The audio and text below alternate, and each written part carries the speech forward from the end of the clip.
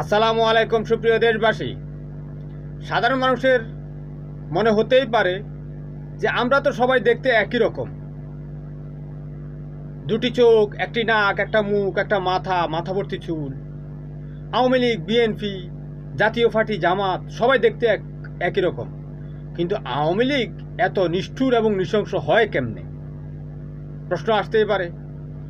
এরা মানুষের মতো দেখতে হলেও ভিতরে ভিতরে এরা খুবই পৈশাচিক এবং পাশবিক।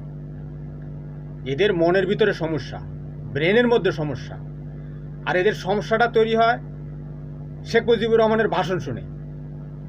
আপনি দেখবেন তাদের মা বাবাকে কেউ যদি গালি দেয় তারা কিছু মনে করে না, কিন্তু শেখ মুজিবের বিরুদ্ধে কিছু বললে এরা কিন্তু আপনাকে ভিতরে ভিতরে খুন করার জন্য প্রস্তুতি নিয়ে থাকে। আপনি দেখলেন না 28 অক্টোবর 2006 সালে তারা লগিবোটা দিয়ে মানুষ হত্যা করে লাশের উপর নৃত্য করেছিল। আশুলিয়া থানায়